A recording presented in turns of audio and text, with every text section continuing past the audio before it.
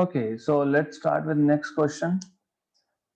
In a sinusoidal wave, the time required for a particular point to move from maximum displacement to zero displacement is 0.170 seconds. The frequency of the wave is, it is actually a joke question. If you know how does a sinusoidal wave looks like, this is sinusoidal wave. Okay, maximum displacement मतलब amplitude, amplitude से यहाँ minimum displacement के लिए मतलब P point से Q point तक आने के लिए टाइम लगता है, टाइम पीरियड बाय 4. क्यों? Because you should know from 0 to maximum t by 4, from maximum to 0 t by 4, from 0 to minimum t by 4, and then again t by 4. So according to the question, the time taken to go from maximum to 0 is t by 4, and that time is given to you as 0.170. So t is equal to 0.170 into 4, right? और frequency होता है 1 upon time period, तो 1 upon 4 into 0.170. So you just have to solve this. जो भी value आएगी that is correct answer, and it is 1.47 hertz. So this is nothing question. It is very simple, बहुत ही simple question था, kind of a joke. Next question. The velocity of sound in air is Vs. If the density of air is increased 4 times, then the new velocity is. You must know, ये हमारा normally state board theory में cover नहीं होता है, but you should know velocity is inversely proportional to under root of density. तो velocity is proportional to under root of density. So v2 by v1 is equal to under root of rho1 by rho2, which is basically v2 is equal to under root of rho one, और उन्होंने बोला है 4 times अगर density हो गया तो rho two is 4 times of rho one times of V one, and this is cancel cancel, 1/4 का root आएगा 1/2, v1 की वैल्यू vs है तो vs/2, option number A. Again a joke. तो देखो इस पर्टिकुलर चैप्टर पे बहुत सिंपल सिंपल क्वेश्चंस आते हैं, it's pretty simple. Next, a boat at anchor is rocked by waves whose crests are 100 meters apart and velocity is 25 meters per second. The boat bounces up once in every. Question कुछ भी नहीं है, this is a joke again. You just have to understand ये क्या पूछा है. एक boat है, एक this is a boat. Okay, ये मान लो बोट है, समझ लेना.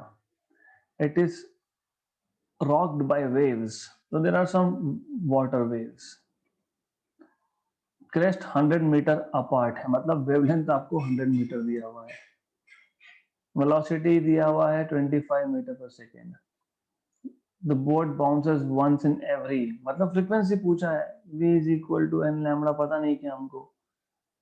तो आपको बोट बाउंसेस, बोट कब बाउंस होगा, equal to the frequency of wave. Frequency of wave क्या है, v by lambda, 25 by 100, that is 1/4, that is 0.25 second. तो क्या था इसमें, nothing. Okay, this is nothing. But you have to understand there is something that is wrong here.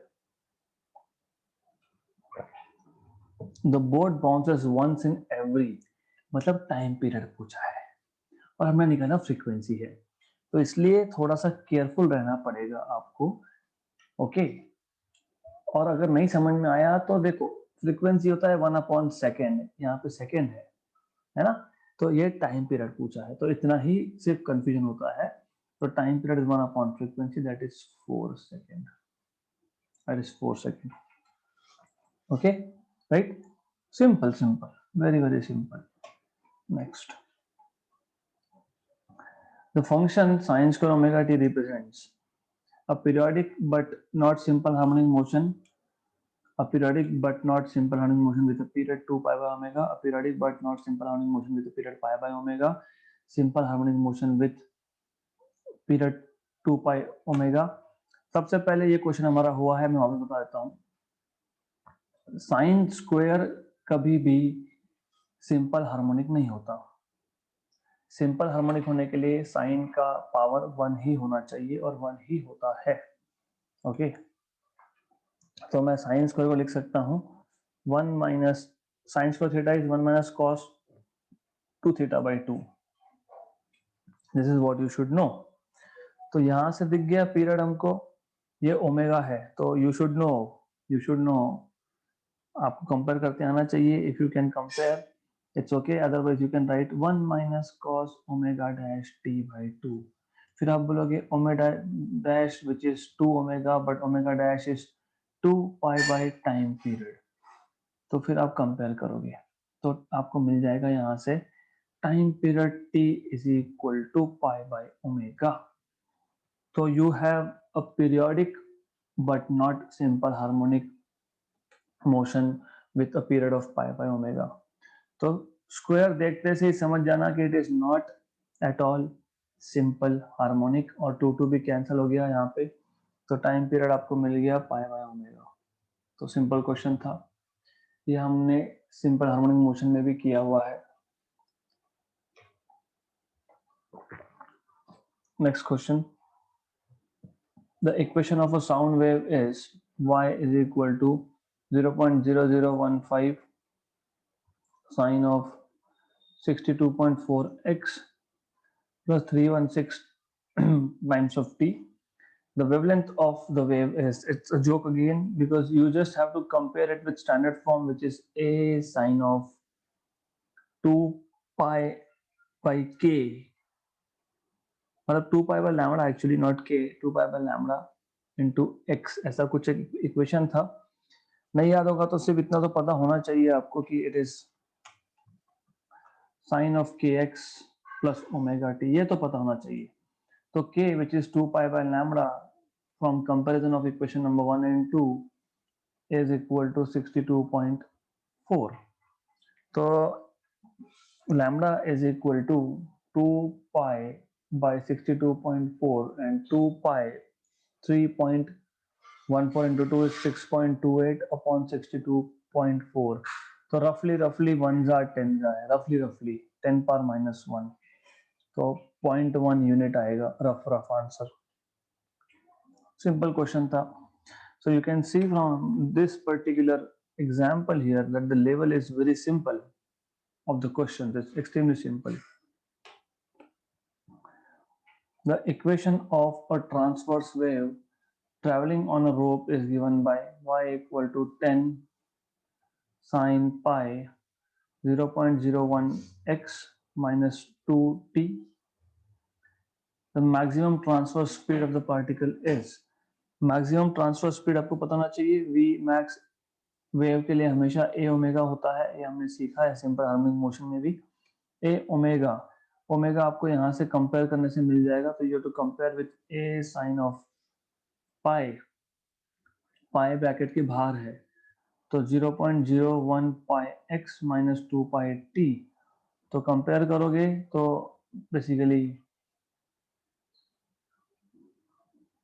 Just a minute, ये 10 आएगा, और अगर आप कंपेयर करोगे y equal to a sine के x माइनस ओमेगा टी से, तो आपको ओमेगा मिल जाएगा 2 pi. So you have to compare equation number 1 and 2। तो omega is equal to 2 pi मिल गया आपको, ओमेगा 2 पाई, और a चाहिए, a आपको मिल गया 10। ओके, तो 10 into 2 pi, that is what you can do, that is 20 pi। 20 pi, 20 into pi is, you know what is 20 into pi? Pi की 3.14 into 2, 6.28 into 10, 62.8, तो roughly 63 centimeter per second आएगा maximum speed। तो it is extremely simple case, कुछ भी नहीं है इसमें। So it's all easy thing, all rough calculations. when a guitar string is sounded with a 440 hertz tuning fork, a beat frequency of 5 hertz is heard. If the experiment is repeated with a tuning fork of 437 hertz, the beat frequency is 8 hertz. The string frequency is, बहुत easy है. हमने पहले एक guitar को एक 440 hertz के tuning fork के साथ हमने वाइब्रेट करवाया, रेजोनेंस करवाया, तो हमको मिला 5 बीट. 437 के साथ करवाया तो हमको मिल रहा है 8 बीट, 8 हर्ट्ज, मतलब beat frequency 8 hertz. String frequency is, जो गिटार है उसका जो स्ट्रिंग होगा उसका फ्रीक्वेंसी क्या होगा, पहले केस में 440 प्लस माइनस 5, क्योंकि आपको पता है beat can be produced with 435 और 445, क्योंकि beat frequency is just difference in the frequencies. Okay, तो +5 या -5 दोनों चलेगा, राइट. तो पहले केस में मुझे दो फ्रीक्वेंसी मिलती है यहाँ से, या 435 या 445. दूसरे केस में 437 प्लस माइनस 8, क्योंकि बीट फ्रीक्वेंसी 8 है, यहाँ से दो मिल सकता है ना. तो you have to think about it. दूसरे 437 है. ओके, तो यहाँ से अगर माइनस करता हूँ तो 429 एंड 445, तो जो दोनों में कॉमन है that is the frequency of the string. ये हमने पहले भी किया है, इफ यू रिमेम्बर, ये हमने पहले भी किया है, and it was the first question that appeared like in the previous NEET exam question section. पहला ही था ये, मैंने बताया था आपको, ऐसा ड्रॉ किया था 440. ओके, 440 5 बीट्स है, तो फ्रीक्वेंसी कैन बी 445 और इट कैन बी 435. फिर यहाँ पे 437 अगर 8 बीट्स है तो यू कैन जस्ट से 429 और यू कैन जस्ट से 445. फिर 445 कॉमन आ रहा है दोनों में, मतलब जो भी ट्यूनिंग फोर्क है हमारे पास, सॉरी जो स्ट्रिंग है उसका फ्रीक्वेंसी 445 होगा. तो this kind of questions are very simple.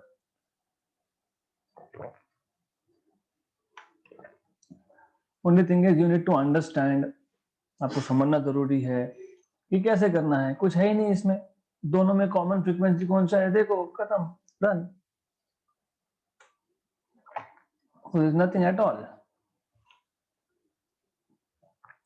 ये भी वैसा ही टाइप का दिख रहा है, देखें फिर भी. The frequency of tuning fork A and B are respectively 3% more and 2% less than the frequency of tuning fork C.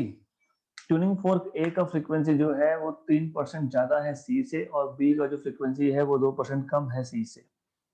इसका मतलब tuning fork of A, frequency of A tuning fork, not tuning fork of A, frequency of A tuning fork is frequency of C, है ना, correct. Frequency of C नहीं, it's frequency F plus 3% frequency of C. समझना easy है बहुत. where F is frequency of C tuning fork, frequency of A is 3% more compared to C, frequency of B is 2% less compared to frequency of C. तो दो equation मिल गए. When A and B are simultaneously excited, 5 beats are produced. So basically simultaneously excited. Very good. Actually, you can solve these two. This is 103 F by 100 FA, and FB is just 98 F by 100. जब मैं इन दोनों को simultaneously vibrate करवाता हूँ, excite करवाता हूँ, तो मुझे मिलता है कितना, मुझे मिलता है 5 बीट्स. 5 बीट्स मिलते हैं हमको, right.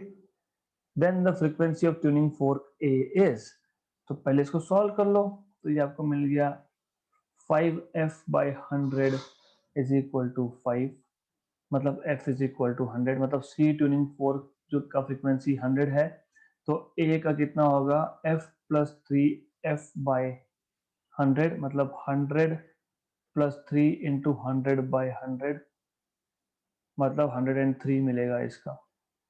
Option number C. Extremely simple case, बहुत ही सिंपल केस था ये।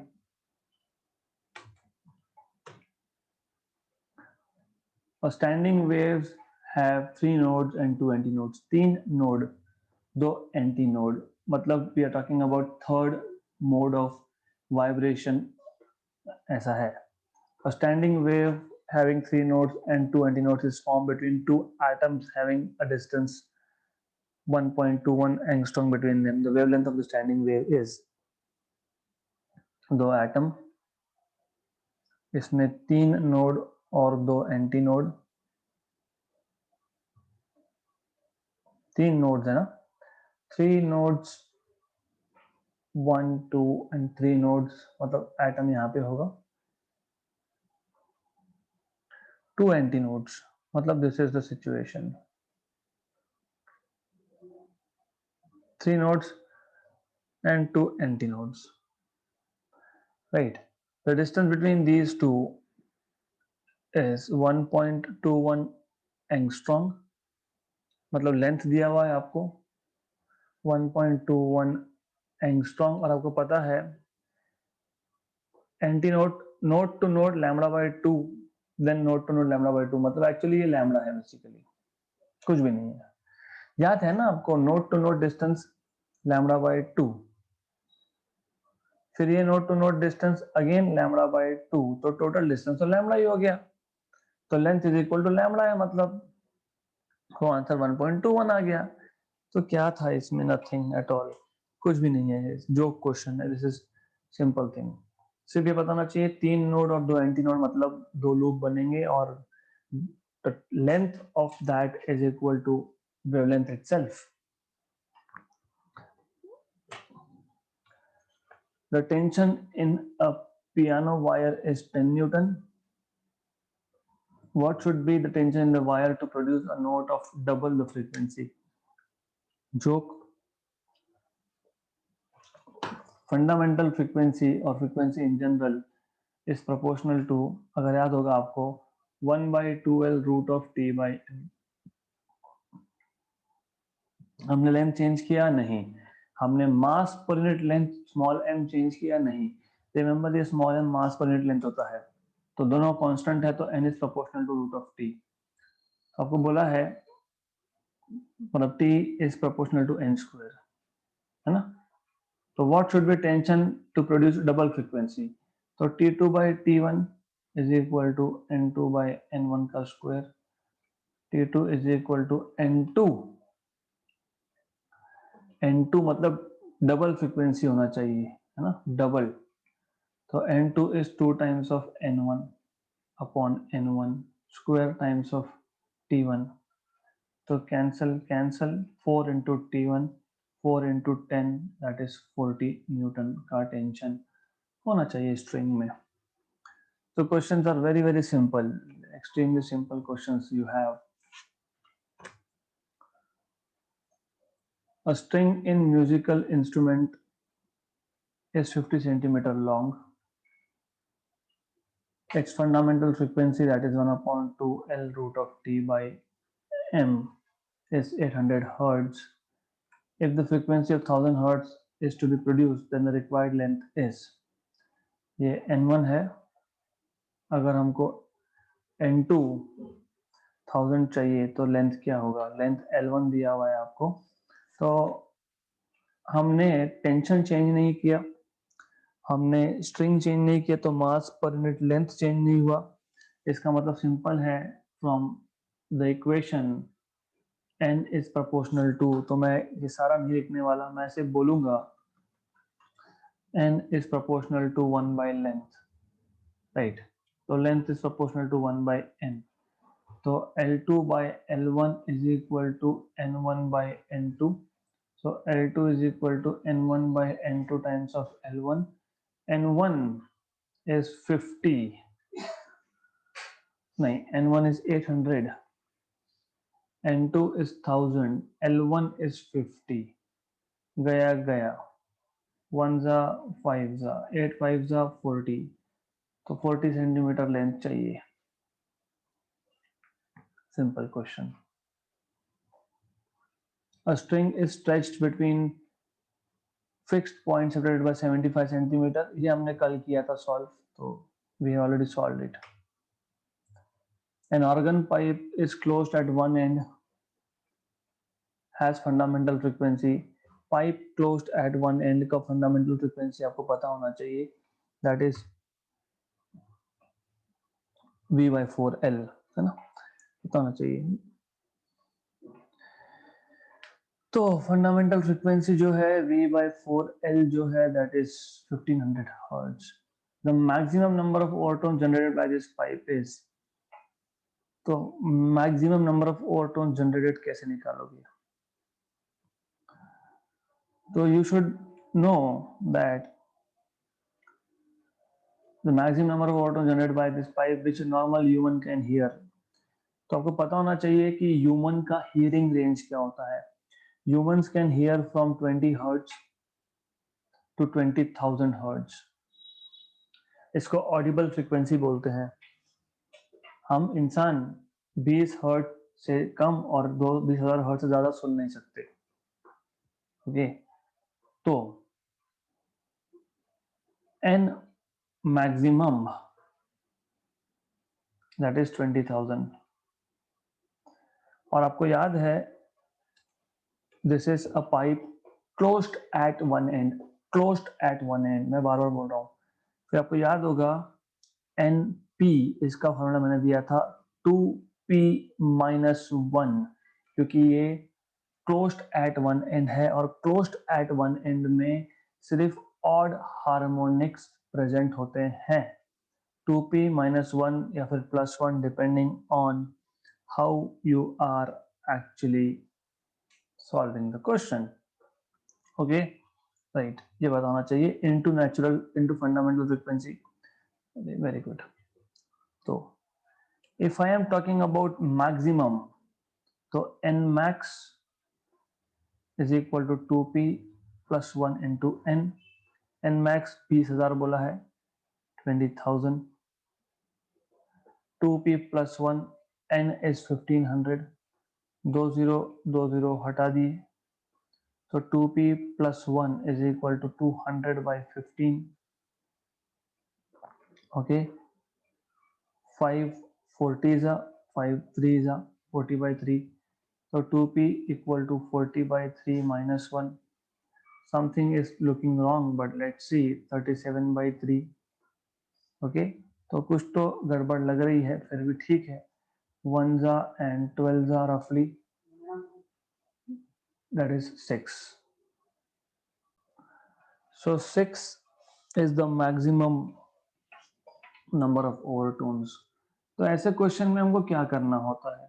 कुछ भी नहीं करना होता है, हमको पता होना चाहिए what is the formula for pth overtone for a pipe closed at one end.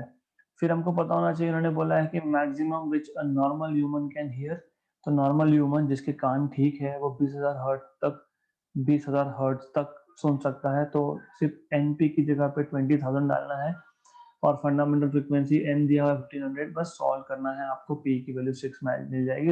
रफली की बात चल रही है यहाँ पे। तो the maximum number of overtones is 6।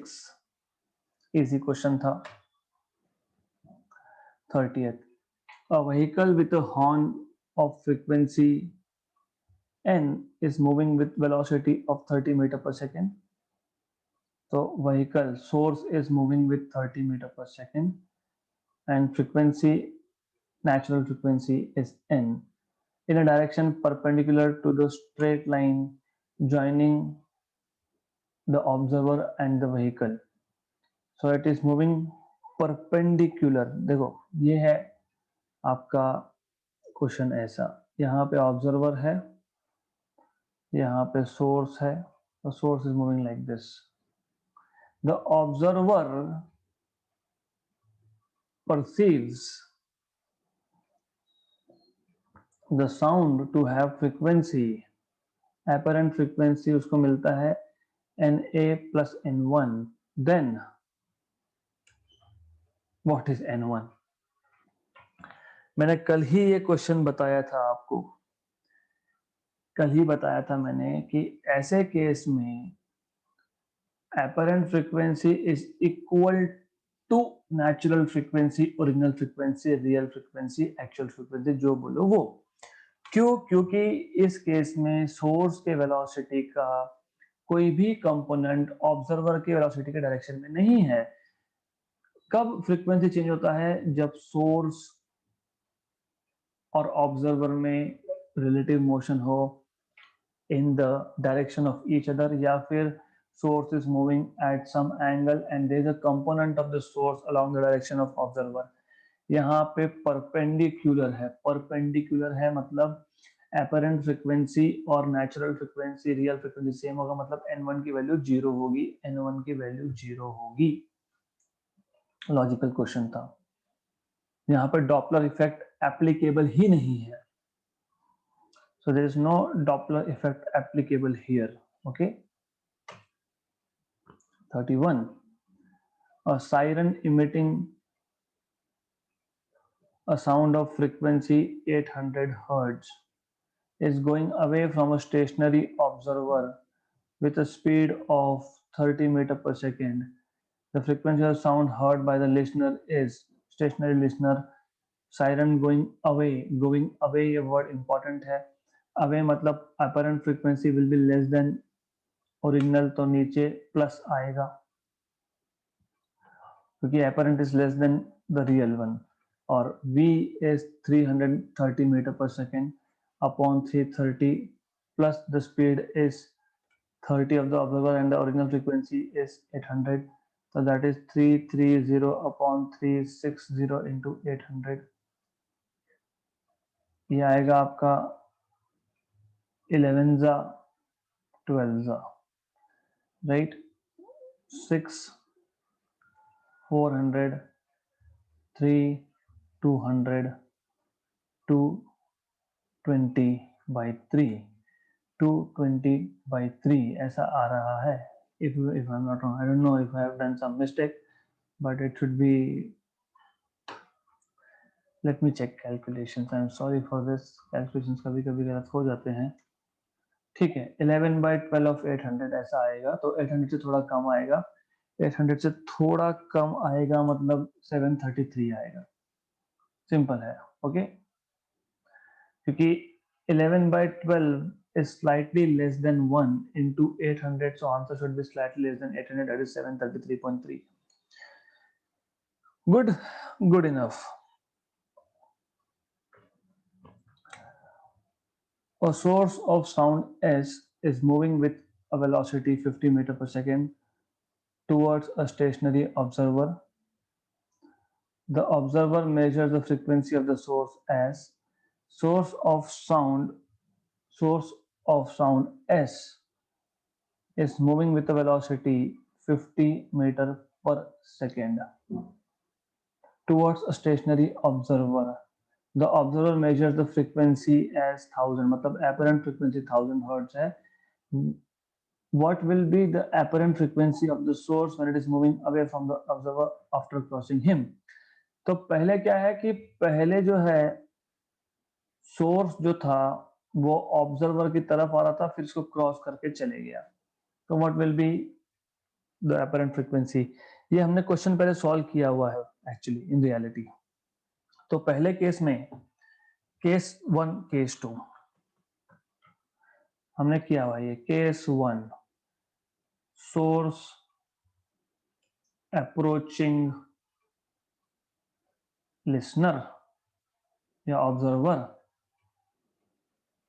Source approaching stationary observer, source approaching stationary observer, apparent frequency as v upon v minus vs into natural frequency. So na is 1000, v is 350 minus 50 into n, तो ये आप calculate कर लोगे, that is 1000 equal to 350 by 300 into n, 7 जा 6 जा, तो ये आ जाएगा आपका 1000 into 6 by 7, that is n. मतलब ओरिजिनल फ्रीक्वेंसी मिल गई KS2 में सोर्स मूविंग अवे है, सोर्स मूविंग अवे है फ्रॉम ऑब्जर्वर, तो इसमें आएगा आपका एन ए डैश, क्योंकि यहाँ पे भी अपरेंट फ्रीक्वेंसी इज डिफरेंट, तो ये आएगा v upon v plus plus q, क्योंकि इस केस में अवे जा रहा है सोर्स, तो apparent frequency is less than natural frequency, तो v is 350 plus 50 into natural frequency अभी अभी हम लोगों ने फाइंड किया हुआ है, that is 6000 by 7. 6000 by 7. Let me make some space. I am running out of space here. तो वो आएगा 6000 by 7. तो 1 जा एंड 50 जा, नीचे 400 है, 50 into 600, 6000 upon 400, उड़ा दो इसको, कैंसल कैंसल कर दो, जो भी है कैंसल कैंसल, 1 जा 8 जा, कर दो सॉल्व इसको, 6000 by 8 is 6000 by 8. 6000 by 8 is 750. 750 hertz is the correct answer to it. Okay, so this is how you are going to solve this question. And it is simple question, extremely simple question. So we'll stop here because we have only few more questions to solve on this, and we will be including those questions in tomorrow's last session on waves.